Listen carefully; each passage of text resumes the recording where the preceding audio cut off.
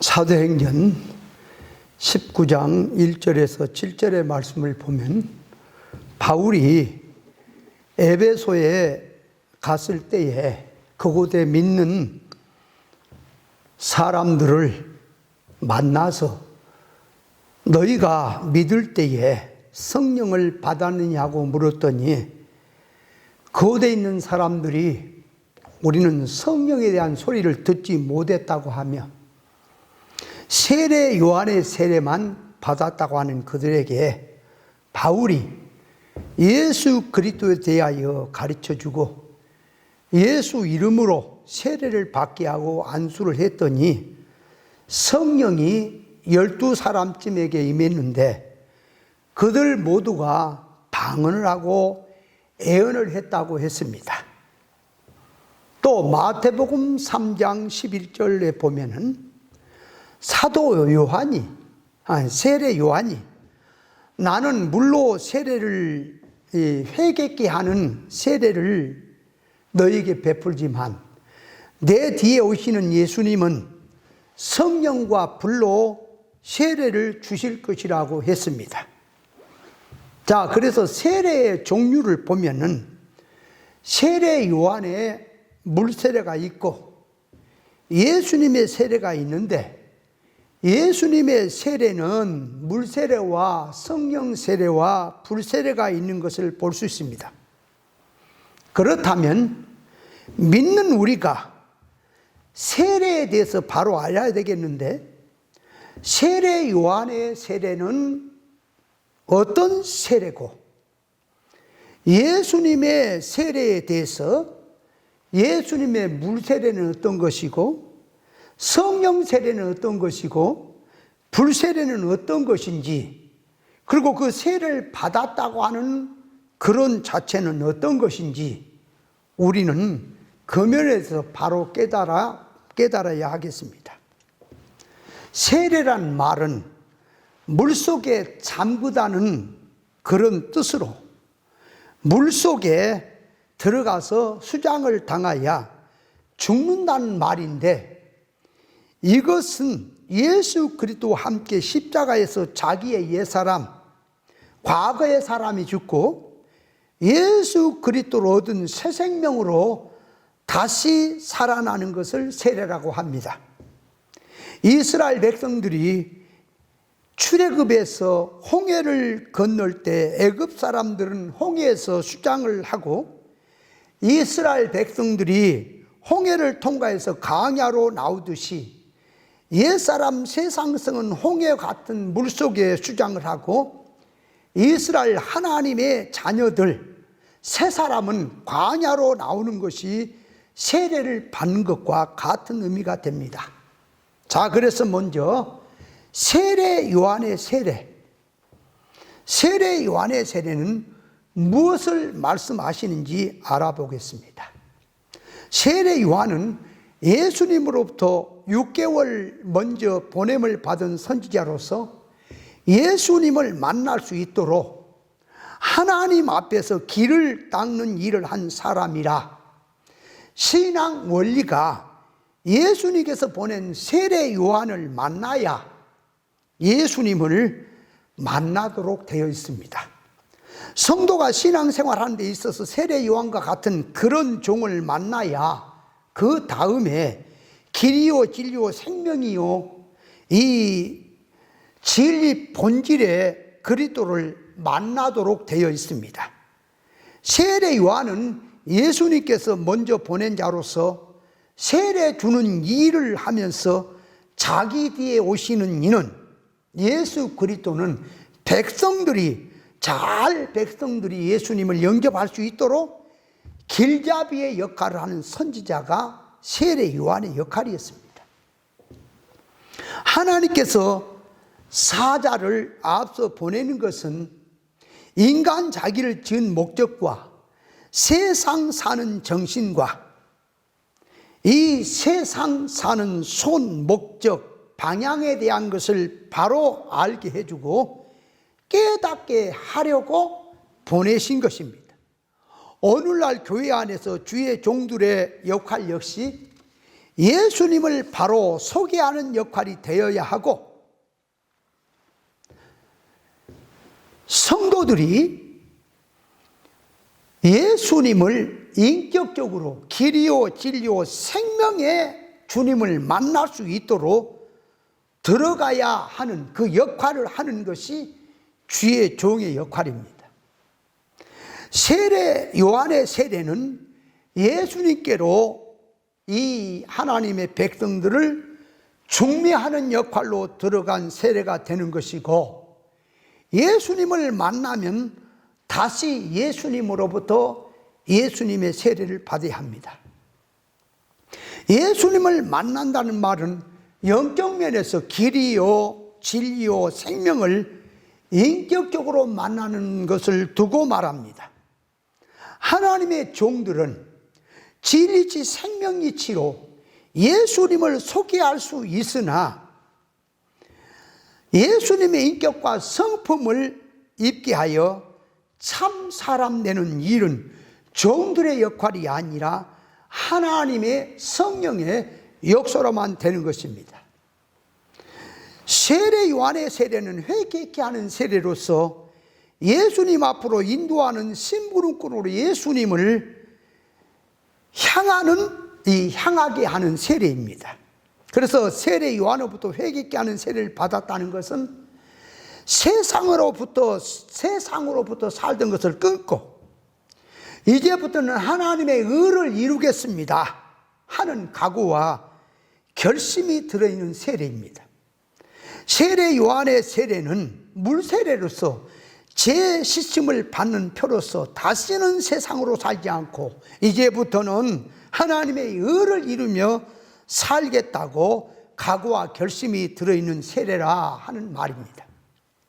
의식 세례는 교회에서 회중에게 보이도록 의식이 들어있는 세례지만, 그 안에는 내가 지금까지 살아오던 것을 이 잘못된 것으로 알고 세상을 끊고 이제부터는 하나님께 돌아와서 하나님의 의를 이루며 하나님의 뜻대로 살겠다고 하는 각오와 결심을 가진 자가 받는 것이 그게 의식 세례입니다.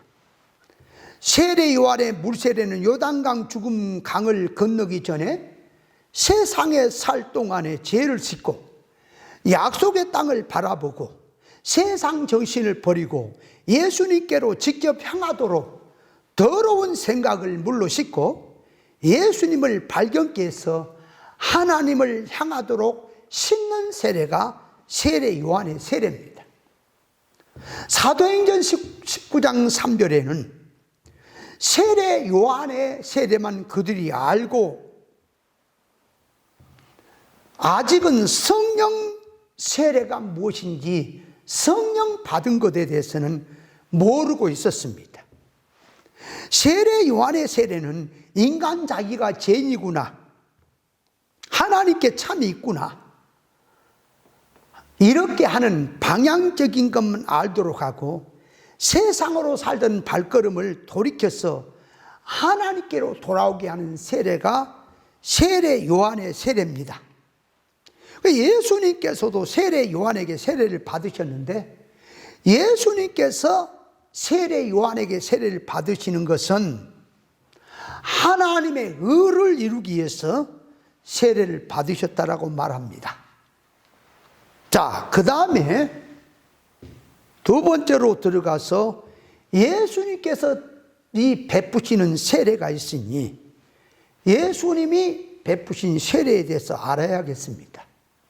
예수님이 주시는 세례는 물세례와 성령 세례와 불세례가 있는데, 첫째로 예수님께서 주시는 물세례란 뭘 말하느냐 하면은 로마서 6장 3절에 보면 그리스도와 함께 십자가에 죽고 함께 살아나는 것을 세례라고 그렇게 말을 했습니다.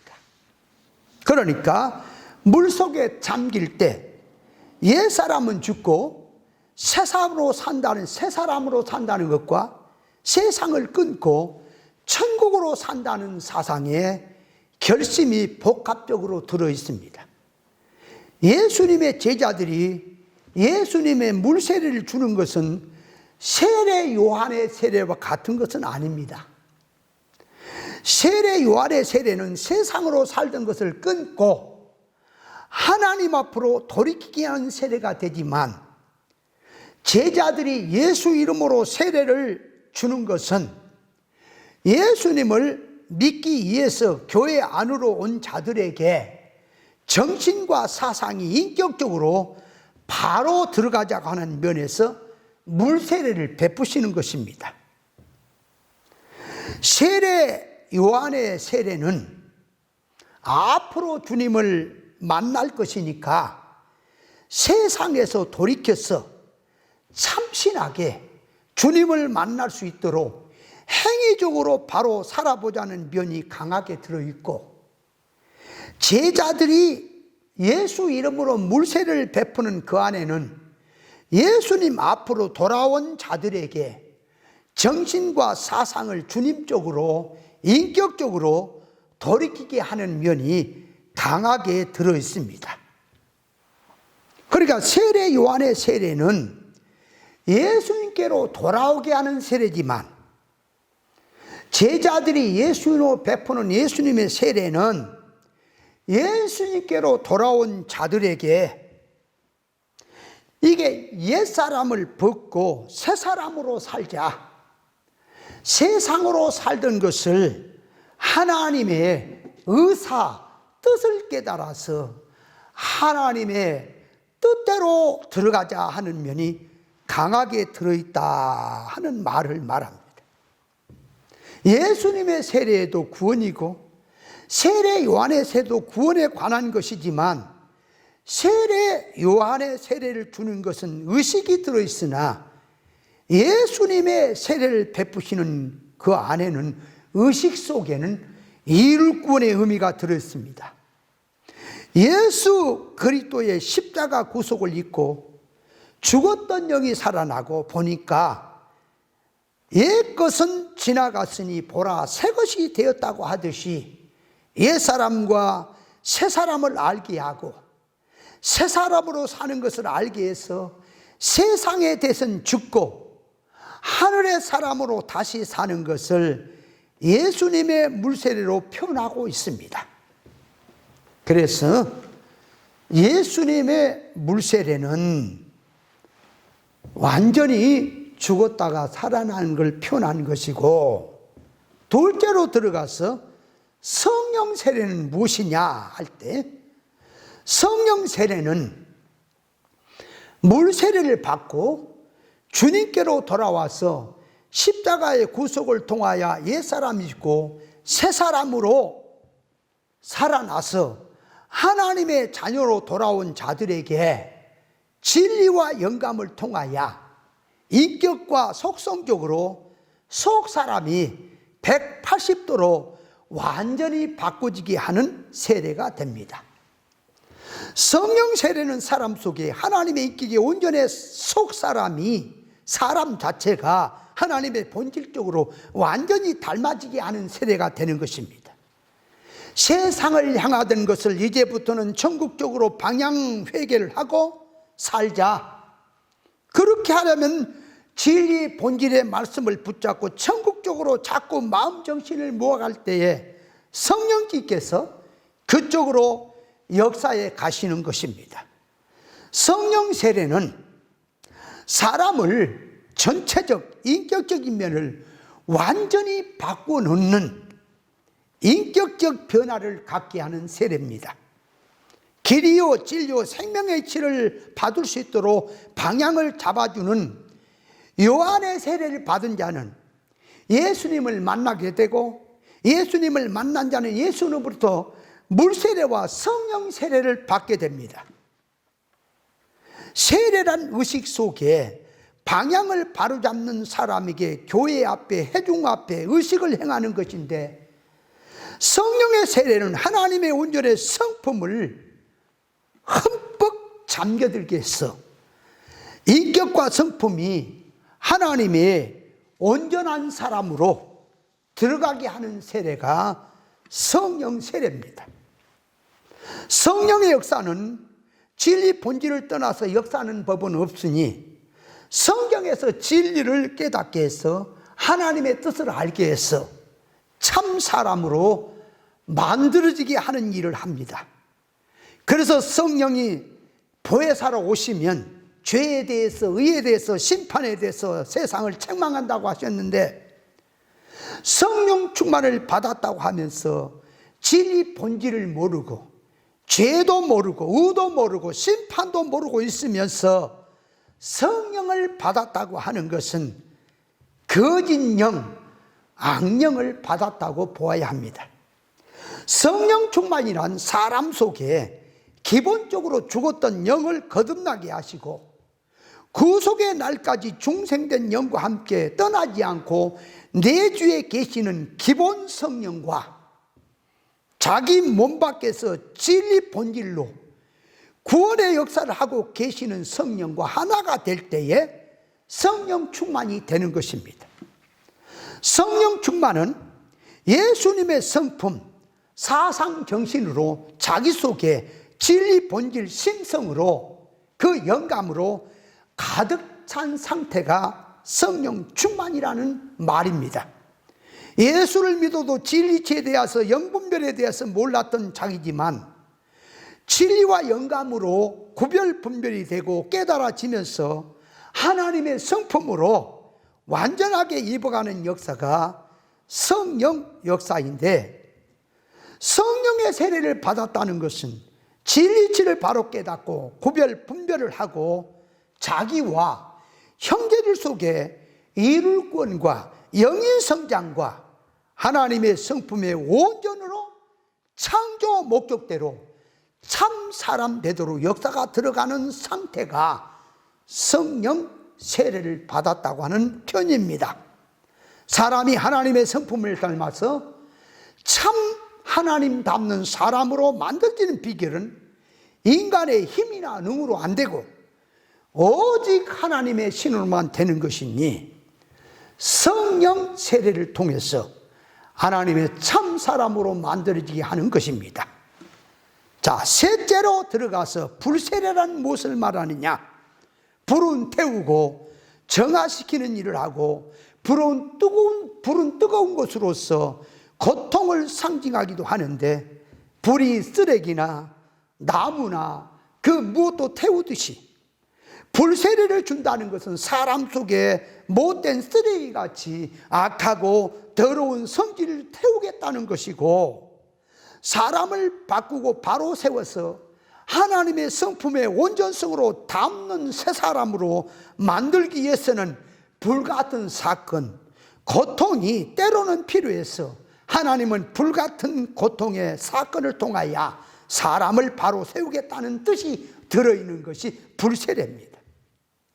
사람을 하나님의 사람으로 180도로 참 사람으로 바꾸어 놓으려니까 진리와 영감의 감화성이 필요한 것이고, 타락성을 고쳐야겠는데 알고도 고치지 않고 있고 모르고도 고치지 못하고 있으니, 하나님께서는 불같은 고통, 불같은 사건, 용광로 같은 사건을 통해서 금같이 빛나는 신앙 믿음, 변질이 없는 참 신앙 믿음의 사람으로 만들어 놓으시려니 불같은 시험이 필요하시다, 그 말입니다.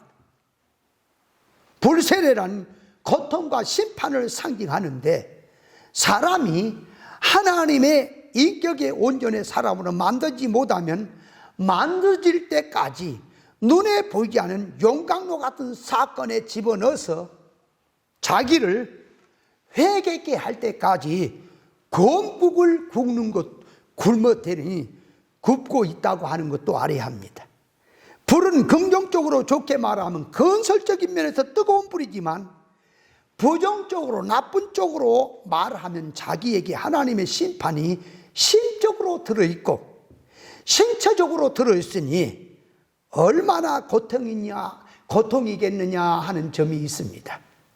불세례는 고통받는 것은 없지, 물세례는 고통받는 것은 없지만, 불세례는 고통을 겪기 위해서 고치도록 하는 것이 들어있습니다.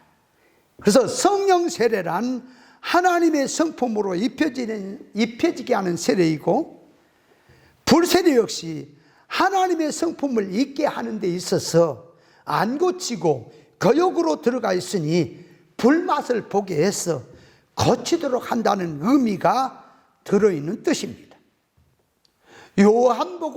사도행전 19장 1절 이하에 보면은 세례 요한의 세례를 받은 그들에게 바울이 성령 세례를 받았느냐 하니까 있음도 못 들었다고 했을 때에 바울이 그들에게 말씀을 가르쳐 깨달음을 주고 물 세례를 예수 이름으로 주고 그들에게 안수할 때에 성령이 임했고 성령 세례를 받았다는 증거가 전부는 방언을 하게 되어 있고 예언을 했다고 되어 있는데, 성령으로 사람이 인격적으로 하나님의 온전의 성품을 입혀가고 참 사람으로, 새 사람으로 바꿔지는 사람이니 당연히 새 방언을 말한다고 하는 것은 새로운 말에 방언이 나올 수 없는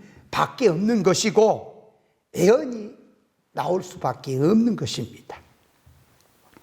그래서 방언과 예언에 대해서 우리가 다시 한번 성경을 통해서 재조명을 해야 되는데, 새 사람으로 사는 자가 새 방언을 말할 수 있지, 옛사람 세상성으로 사는 자는 절대적으로 새 방언을 말할 수가 없습니다. 성경에서 새 방언을 말한다고 하는 것과 예언을 한다고 하는 것은 어떤 상태를 말하는 것인지 그 면도 우리가 구별해야 되겠지만, 방언에 대해서, 예언에 대해서는 다음에 말씀을 드리도록 하겠습니다.